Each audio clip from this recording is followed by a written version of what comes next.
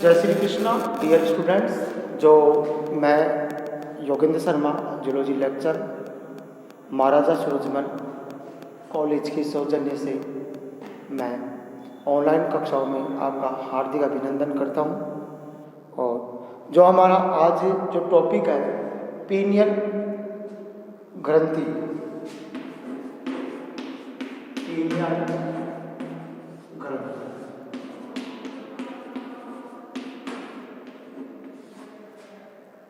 Pineal ग्रंथि,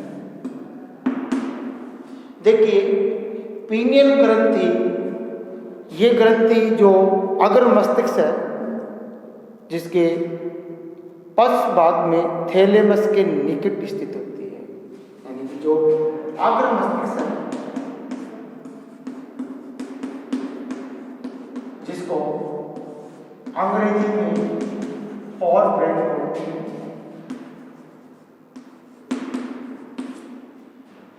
तो यहाँ पर जो थैलेमस है, जो अग्र मस्तिष्क का भाग है, इस थैलेमस के एक खोखला भाग होता है,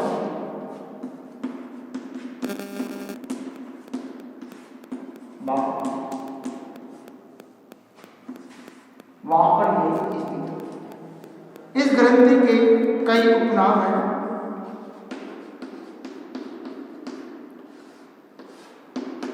इसको जैविक कड़ी बोलते हैं,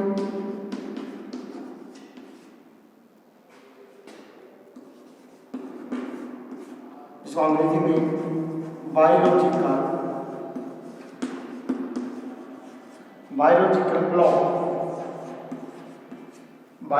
क्लॉक कहते हैं,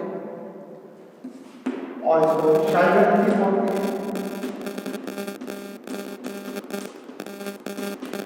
अंग्रेजी में टिंक ग्लैंड बोलते हैं।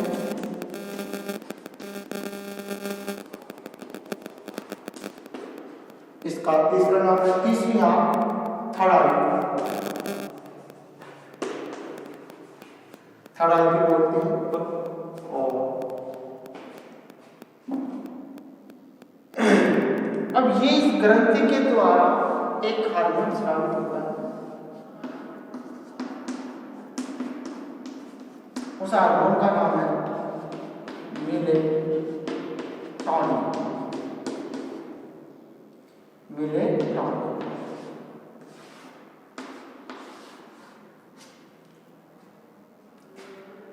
अब देखिए ये पीनियल ग्रंथि है, ये पीनियल ग्रंथि जो यानी कि सूर्य के प्रकाश में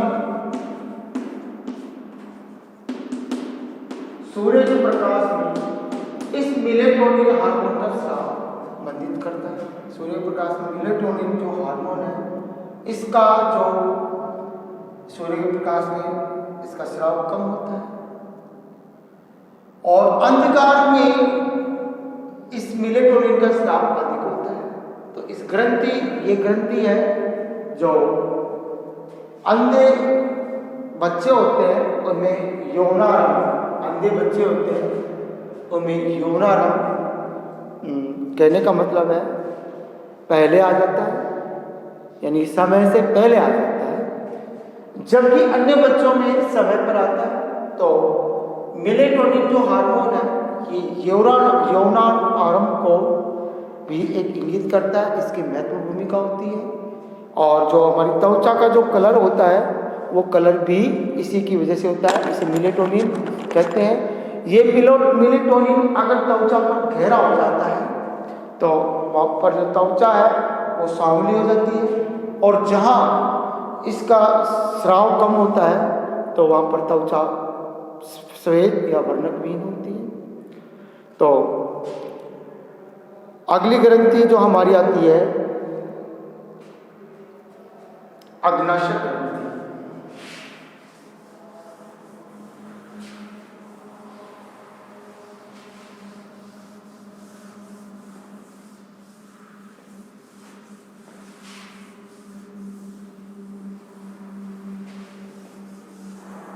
अगली ग्रंथि होती है हमारी अग्नाशय ग्रंथि।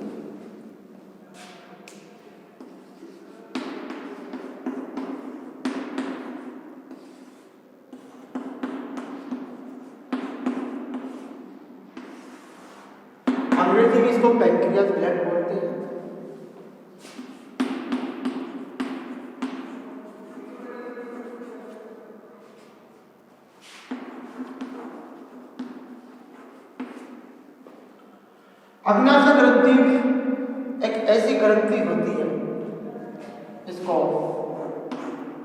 मिश्रित ग्रंथि कहते हैं।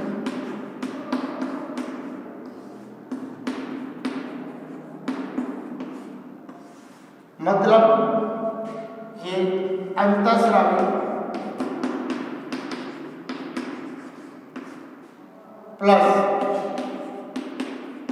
बहिःस्रावी के रूप में, बहिःस्रावी के रूप में, बहिःस्रावी के रूप में ये अग्नाशय रस स्रावित करती है।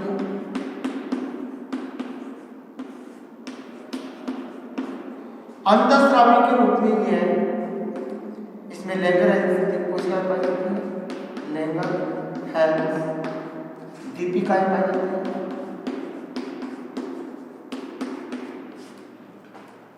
लेंगर दीपिकाओं में 3 प्रकार की सेल्स होती है, अल्फा सेल्स,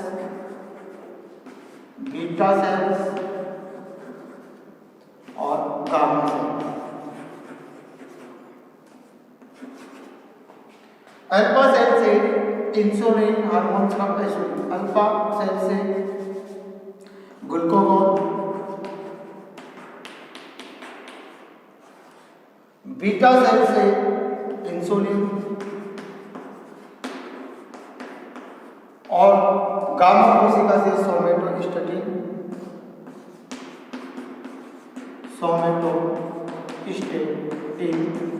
हार्मोन्स का। ग्लूकागॉन हार्मोन का काम क्या है? ग्लूकागॉन का काम है कि ये हमारे रक्त में ग्लूकोज का स्तर बढ़ाता है, यानी कहने की बात है कि शर्करा का स्तर बढ़ता है।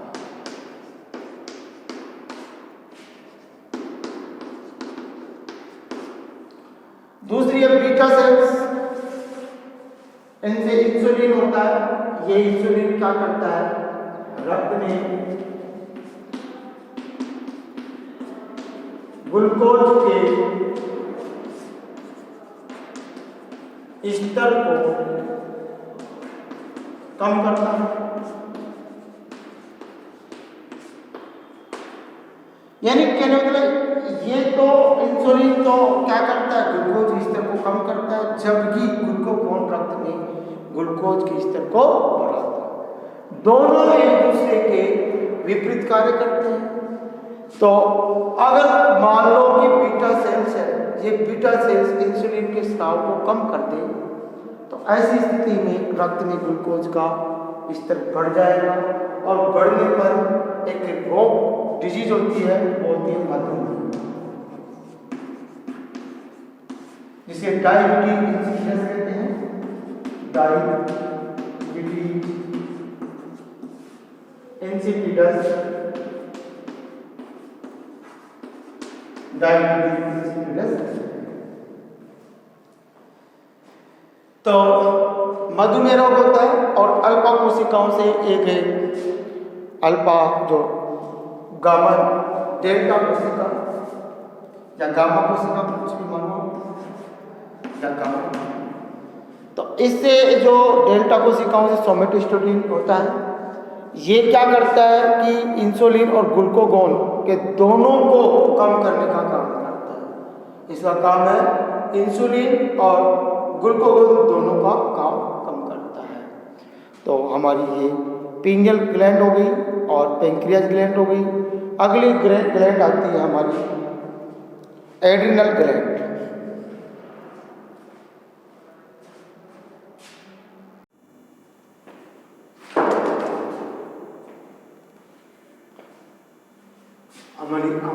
हमारी जो अगली ग्रंथि आती है, उस ग्रंथि का नाम है एड्रिनल ग्लैंड।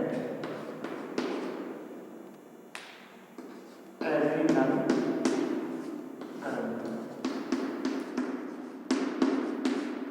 अंग्रेजी में, हिंदी में इसको अधिवृत ग्रंथि बोलते हैं।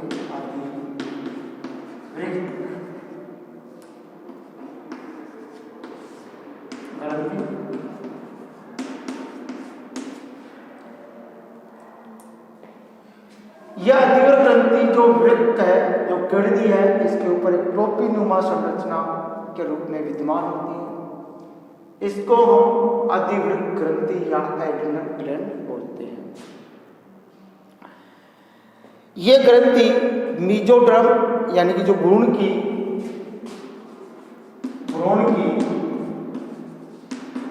मीजोडर्म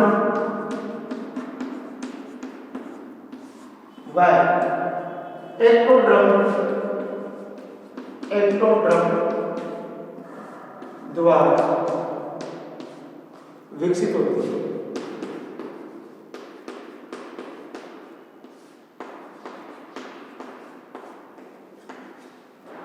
यानी भ्रूण की जो मीजोडर्म एक्टोडर्म द्वारा विकसित होती है। इस ग्रंथि का जो वजन है वो 4 से 6 ग्राम होता है। इसका जो वजन है 4 से 6 ग्राम।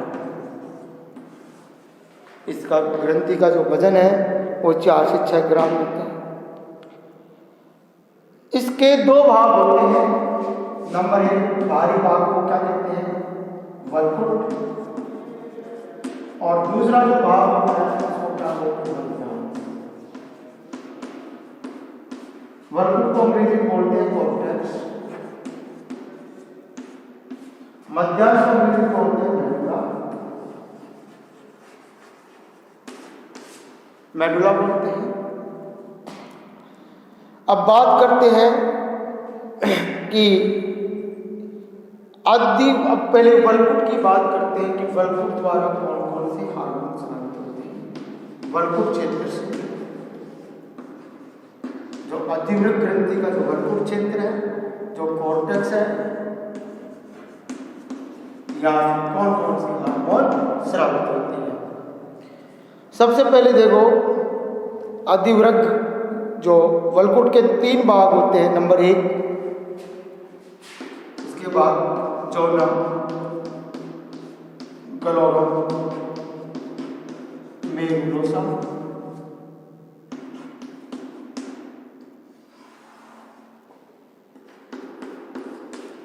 दूसरा भाग होता है इसका जोना पेसिकुलेटा।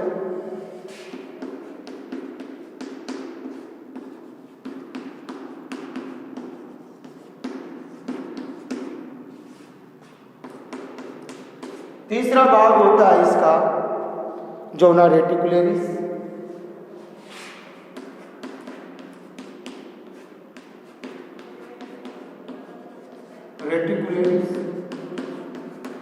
यानी कि जो वलकुट के क्षेत्र को 3 भागों में बांटा गया है। जोना ग्लोमेरुलसा, जोना पेसिकुलेटा, जोना रेटिकुलेरिटिस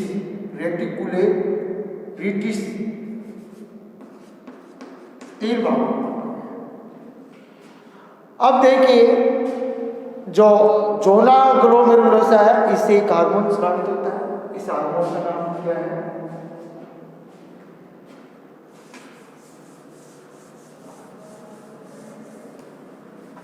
यहां से एक हार्मोन स्रावित होता है। इस हार्मोन का नाम है मिनरेलो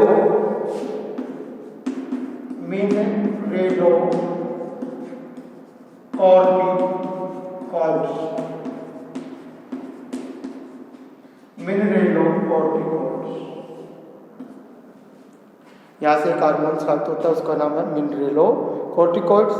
इसी प्रकार जोना पेसिकुलेटा से ग्लूकोकॉर्टिकॉइड्स,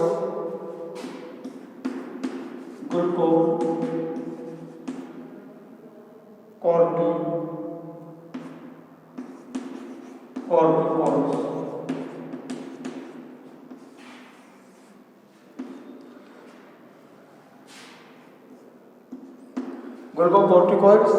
और तीसरा है यहाँ पर जो जोना रेटिकुलेरिस है, यहाँ से लिंग हार्मोन, जिसको अंग्रेजी में बोले तो सेक्स हार्मोन होते हैं। अब देखिए, इन तीनों हार्मोनों को, जो ये तीनों हार्मोन है, मिनरेलोकॉर्टिकॉइड्स, ग्लूकोकॉर्टिकॉइड्स, लिंग यानी सेक्स हार्मोन, इनको सम्मिलित रूप से कॉर्टिकोस्टेरॉइड बोलते हैं।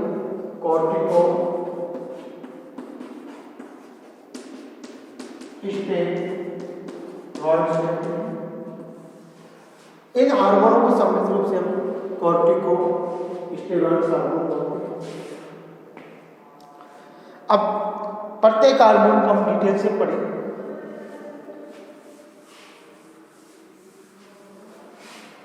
सबसे पहला है मिनरेलोकॉर्टिकॉइड्स।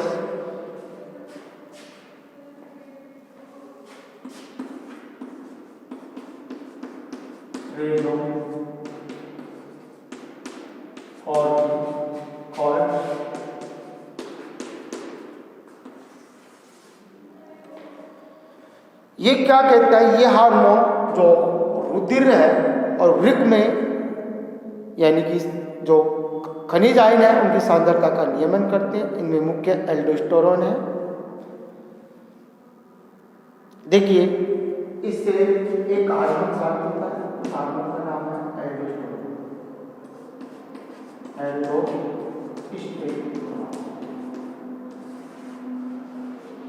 ये एल्डोस्टेरोन इसका काम क्या है कि सोडियम और क्लोराइड आयनों का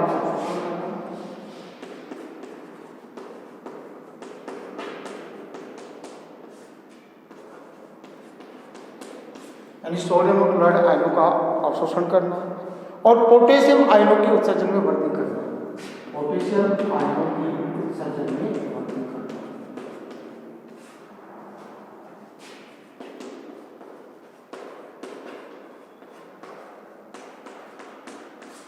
यानी कि कहने का मतलब है मिनरेलोकॉर्टिकॉइड्स है, ये एल्डोस्टेरोन हार्मोन स्रावित करता है। इसका काम है सोडियम और क्लोराइड आयनों का अवशोषण करना और पोटेशियम आयनों का उत्सर्जन में वृद्धि करना। तो इससे रुधिर में इनकी मात्रा क्या रहती है, मतलब नियमित रहती है। दूसरा हार्मोन आता है हमारा glucocorticoids.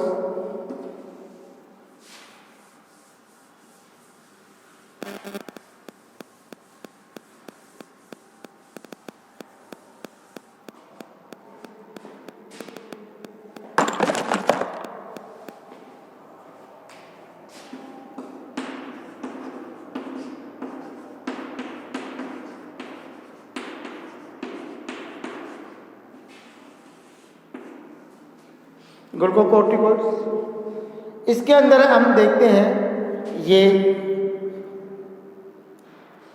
Carbohydrate, protein, carbohydrate, protein और लिपिड इनके उपापचय में यानी कि इनके उपापचय में ये उपापचय को नियंत्रित करते हैं। और इसके द्वारा एक ये जो समूह की जो प्रमुख हार्मोन है वो कार्टिसोल व कार्टिसोल यानी कि यहाँ जो हार्मोन होते हैं वो कार्टिसोल व कार्टिसोल।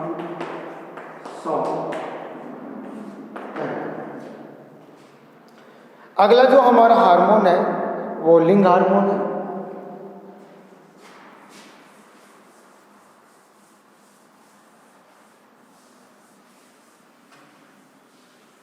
Sex hormone.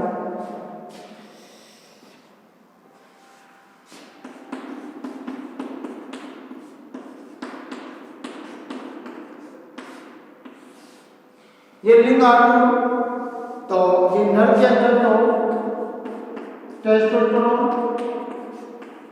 स्टेरोन, ये टेस्टोस्टेरोन नर में द्वितीयक लैंगिक लक्षणों के लिए जिम्मेदार होता है। द्वितीयक जो लैंगिक व्यवहार है उसको प्रभावित करता है।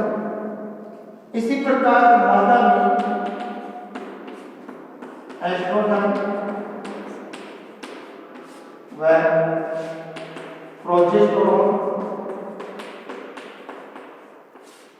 जो हार्मोन स्रावित करते हैं, ये भी मादा के जो द्वितीयक है लैंगिक लैंगिक व्यवहार है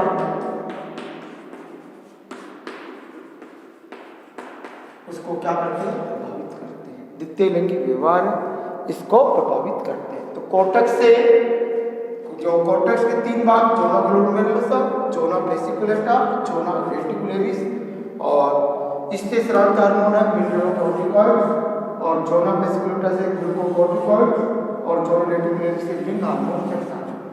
एड्रिनल ग्रंथि जो वृक्क है, वृक्क के ऊपरी सिरे पर टोपीनुमा संरचना में पाई जाती है। मिनरलोकॉर्टिकॉइड से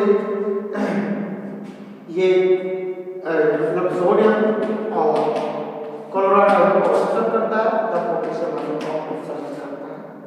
ग्लूकोकॉर्टिकॉइड्स होता है, ये कार्बोहाइड्रेट, प्रोटीन और वसा उसके उपापचय को नियंत्रित करता है, और जो इसके मुख्य हार्मोन है वो हार्मोन कार्टिसोल और कार्टिसोल में खिलाते हैं। लिंग और सेक्स हार्मोन, इससे लिंग हार्मोन में टेस्टोस्टेरोन, मादा में एस्ट्रोजन, प्रोजेस्टेरोन। तो ये बलकुट क्षेत्र है। अब अगला हमारा चलता है जो मेडुला।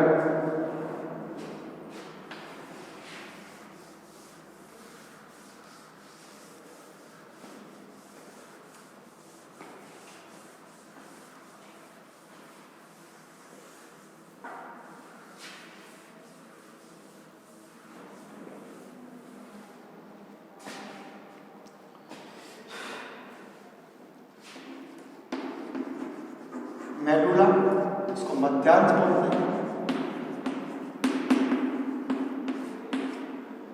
मध्यांश में इसमें 2 प्रकार के हार्मोन स्रावित होते हैं, एड्रिनलिन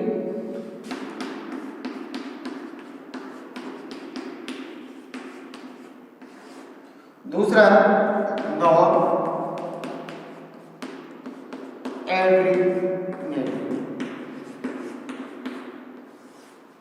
एड्रिनलिन और नॉर एड्रिनलिन हार्मोन स्रावित होते हैं। एड्रिनलिन हार्मोन है ये रुधिर दाब को बढ़ाता है,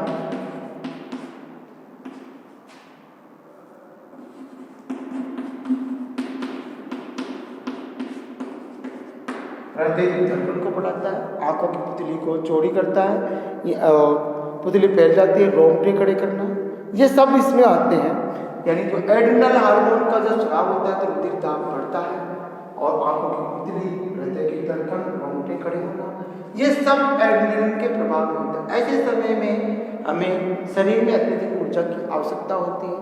जो यकृत में संचित ग्लाइकोजन है, उस ग्लाइकोजन को ग्लूकोज में परिवर्तित किया जाता है और शरीर को ऊर्जा प्रदान की जाती है। इस प्रकार ये हार्मोन, एड्रिनलिन हार्मोन एक आपातकालीन हार्मोन है। ये ग्रंथि क्या कहलाएगी, आपातकालीन ग्रंथि कहलाएगी।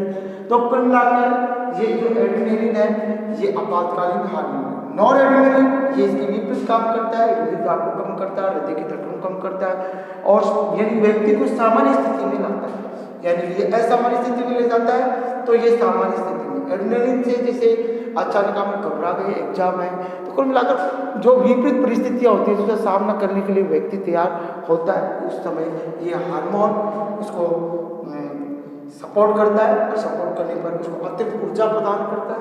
और नॉर एड्रिनलिन है ये सामान्य स्थिति में लाने का काम करता है। इस प्रकार जो मेडुला है, जो मेडुला को हम 3F ग्रंथि भी बोलते हैं, जैसे मेडुला है इसको हम 3F ग्रंथि बोलते हैं। कैसे? नंबर 1 सबसे पहले फियर, फिर फ्लाइट, तीसरा है फाइट, तीसरी है फियर, फ्लाइट, और तीसरा है इसमें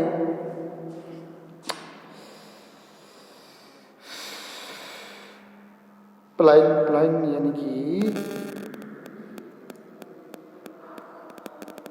फ्लाइट।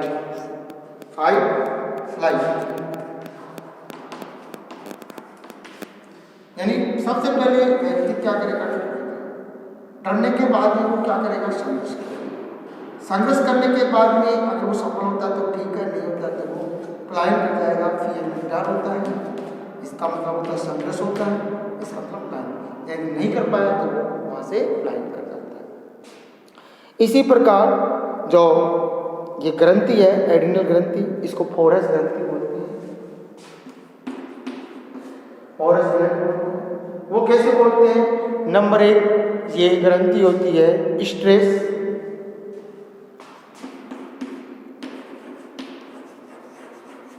नंबर 2 ये शुगर,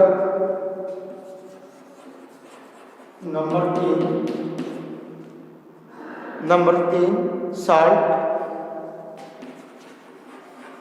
और नंबर 4 सेक्स। यानी कि स्ट्रेस में सामना करने के लिए तैयार करती है। दूसरा शुगर यानी कि अतिरिक्त ऊर्जा प्रदान करती है। तीसरी साल्ट लवण का संतुलन बनाए। चौथा है सेक्स। इस प्रकार की ग्रंथि, अगर एड्रिनल ग्रंथि की बात करें तो ये फोरस है, और जो मेडुला की बात करें तो ये 3M कहते हैं इसको, और ये फोरस ग्रंथि कहलाती है। और